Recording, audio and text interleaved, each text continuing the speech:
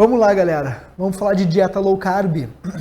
Dieta low carb é uma das linhas, se não a mais, tá, falada que tem, né?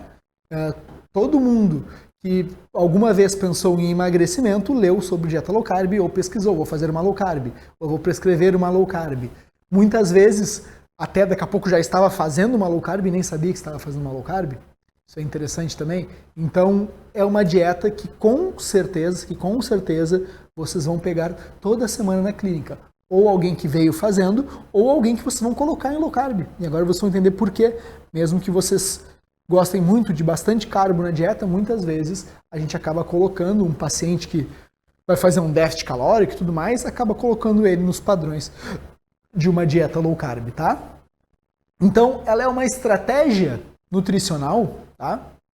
Que ela vai reduzir a quantidade de carboidrato na dieta das pessoas. Reduzir perante ao quê? Reduzir perante ao que as diretrizes ali que a gente tem acabam nos aconselhando, de trabalhar sempre com 45%, 60% de carboidrato na dieta das pessoas. Tá? Então, uma pessoa, mais uma vez aí, que ingere 2.000 calorias, que eu vou sempre botar 2.000 que é mais fácil de todo mundo vislumbrar. Uma pessoa que ingere 2.000 calorias no dia, dessas 2.000 calorias do dia, 1.000 vem dos carboidratos, ou seja, 50% do que essa pessoa consome é carboidrato, tá? É um macronutriente que metade da dieta dela vem dali a energia.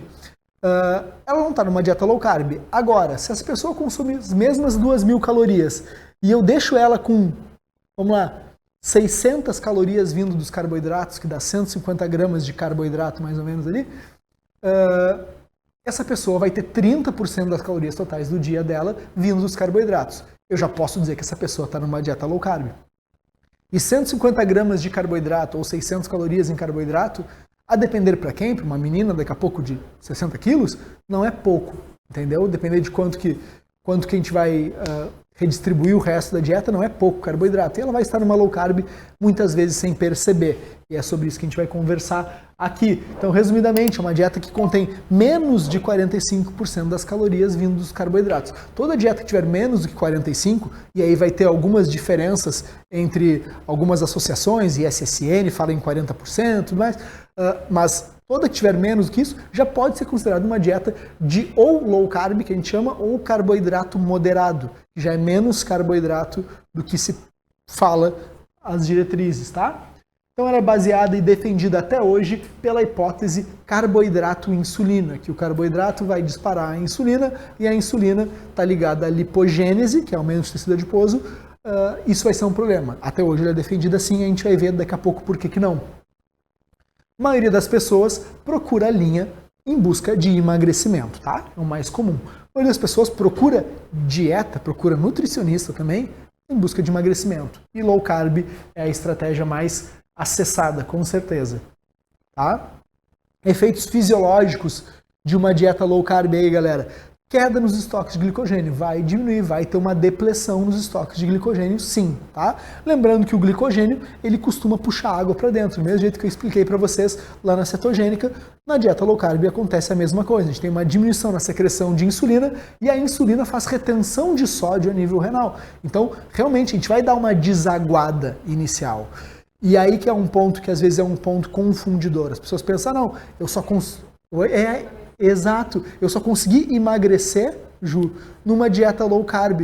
Na verdade não é isso, né? Na verdade é que de maneira inicial tu estava com adesão para algum evento específico e tu fez aquilo, tu melhorou todo o resto e fez aquilo, fez uma restrição dos carboidratos, tu perdeu muito peso, né? Emagrecimento não necessariamente é perda de peso, gente. Normalmente o emagrecimento vai estar associado a uma perda de peso, mas não necessariamente. Eu consigo emagrecer mantendo o mesmo peso, por exemplo. Enfim, ela vai ter também um aumento de alguns hormônios, como eu expliquei já ali, como o cortisol. Ela tem diminuição da insulina, que poderia favorecer um catabolismo, mas como eu expliquei para vocês também, já lá no jejum vai depender muito do aporte total de calorias da dieta, se a pessoa seguiu treinando bem ou não, tá? Menos glicogênio disponível pode piorar o desempenho físico, esse é um ponto, tá? Que nem no jejum, que nem na cetogênica. Por eu ter menos glicogênio disponível, provavelmente pensando em atletas, eu não vou usar uma dieta low carb ou cetogênica, tá? Pensando em atletas, eu vou usar carbo alto sempre. Agora, Para o nosso paciente, aquele cara que está ali na clínica, que é, sei lá, um advogado, ele trabalha 8 horas por dia sentado num escritório e depois ele chega ali e vai na Bodytech treinar no fim do dia. Será que eu vou piorar o desempenho dele no treino de musculação, assim? Cara, não vejo por onde, tá? É muito mais uma questão do efeito placebo, de achar que, não, diminuir carboidrato eu vou perder força, no geral, do que propriamente de perder força, tá? Agora, pensando em nível competitivo, em nível mais alto, sim, tá, gente? Aí não é aconselhável a estratégia, a não ser que seja uma estratégia para ciclar os carboidratos ali, que aí pode ser interessante. E a adaptação pode ser complicada se mal feita. E aí, mais uma vez, vem aquela história da gripe low carb, gripe cetogênica, ketoflu. Quando de uma hora para outra eu simplesmente tiro os carboidratos ou restringo muito os carboidratos da dieta de algum paciente meu, essa adaptação vai ser sofrida, né? Fiz de uma hora para outra isso, ele vai sentir, ele pode sentir inclusive dor de cabeça muito ligado à desidratação.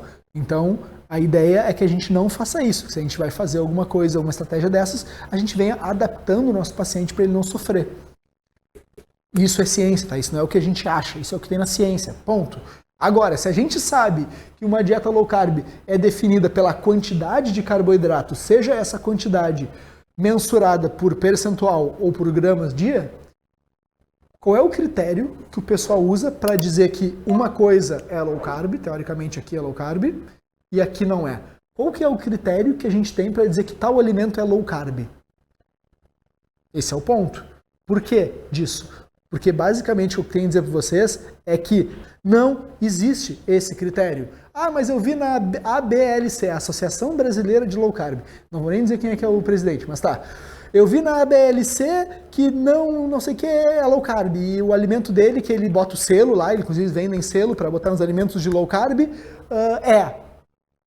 Tudo bem, tu viu? Então eu vou fazer uma sessão de qualquer coisa e vou escrever o que eu quiser ali, entendeu?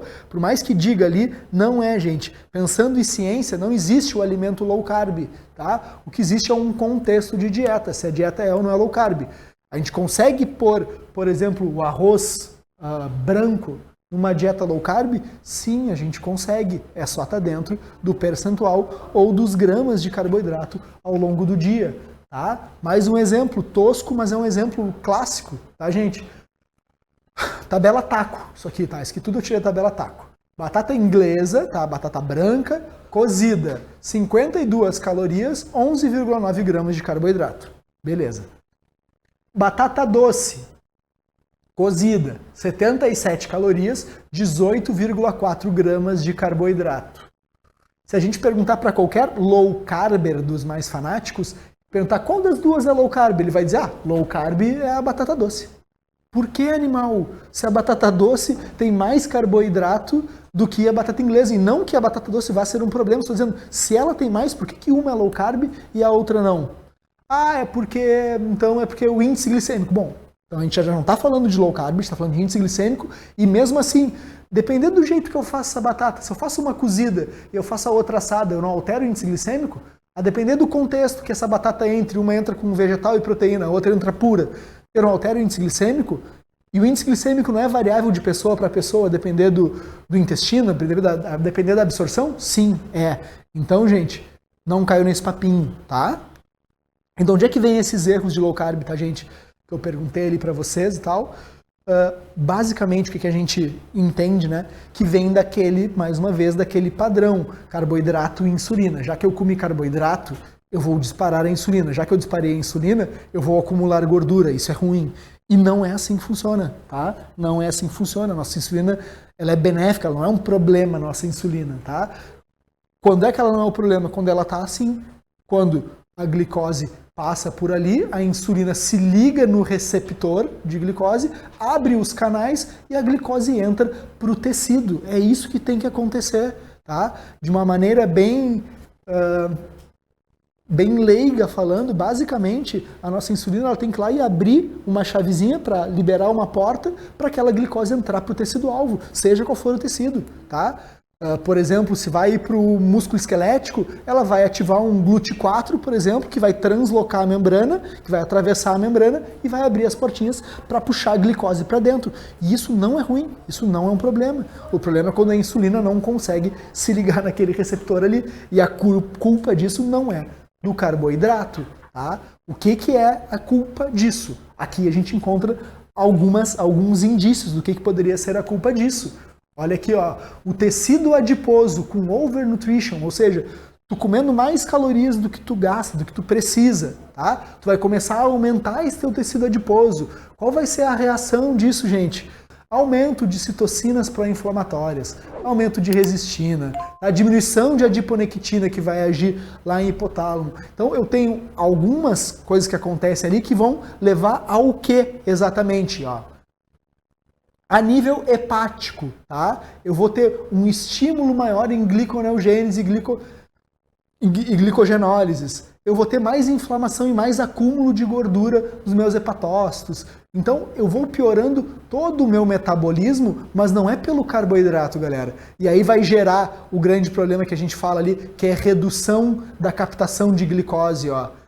A redução da captação de glicose, ela não se dá porque eu comi mais carboidrato. Ela se dá porque eu estou aumentando esse meu tecido adiposo, entendeu? Quando eu faço isso, aí sim, aí eu reduzo, aumentei meu tecido adiposo, eu liberei essa série de toxinas inflamatórias, eu diminuí a minha captação de glicose, aí eu começo a ter um problema.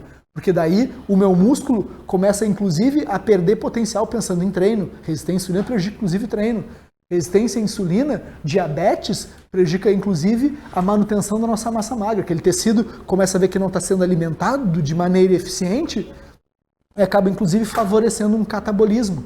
Tem como a pessoa sofrer de catabolismo, por exemplo, sarcopenia na obesidade. Isso aí existe, tá, gente? A pessoa perder massa muscular mesmo estando com muita gordura. Então, gente, isso aqui é um problema, tá? Não é a gente comer o carboidrato e ele disparar a insulina. Emagrecimento, tá? Que é o que as pessoas mais buscam dieta low carb, é justamente pensando em emagrecimento, tá? Qual que é o efeito de uma dieta low carb, tá?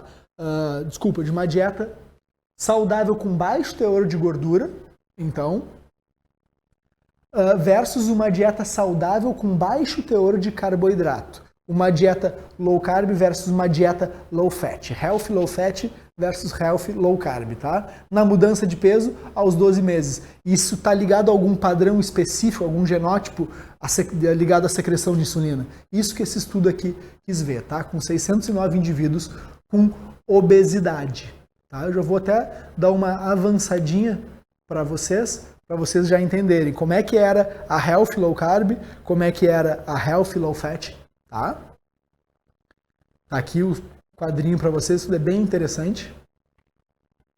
Tá? Como é que ficava ali no baseline, como é que eles começaram, um total de energia ali, tudo bem próximo, ó, podem ver que as calorias vão sendo bem próximas, realmente, tudo bem equivalente.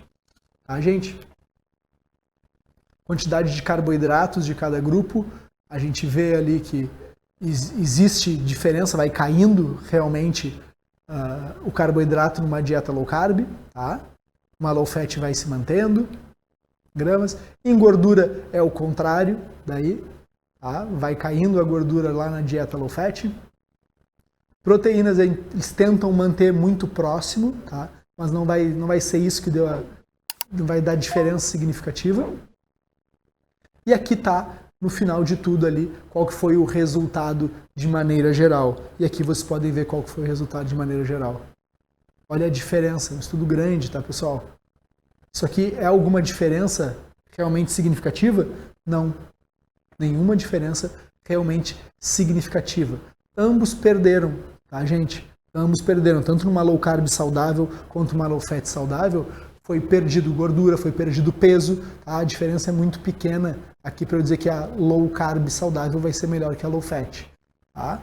Então, os marcadores todos ali foram alterados, porque eles fizeram, afinal, a dieta, fizeram déficit calórico. A única coisa que a gente tem que se atentar é que uma low carb, mesmo saudável, pode ter tido um aumento, pequeno, mas teve um aumento no colesterol LDL. Então, isso aqui é uma coisa que a gente tem que cuidar.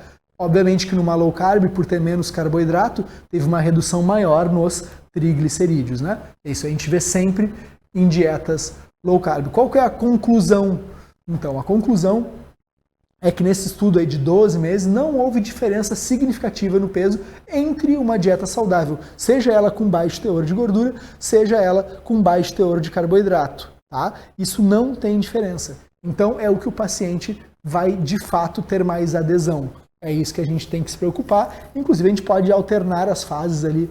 E muitas vezes o paciente nem sabe direito o que está acontecendo, mas tu falar para ele, vamos fazer uma fase assim com um pouco menos de carboidrato, mas depois eu vou voltar para ele e tu vai te manter em déficit calórico, isso pode ser interessante para não ficar na mesmice do plano, digamos assim, porque muitas vezes eles vão perdendo adesão. A gente tem que ficar criando estratégias para puxar eles para a gente, tá?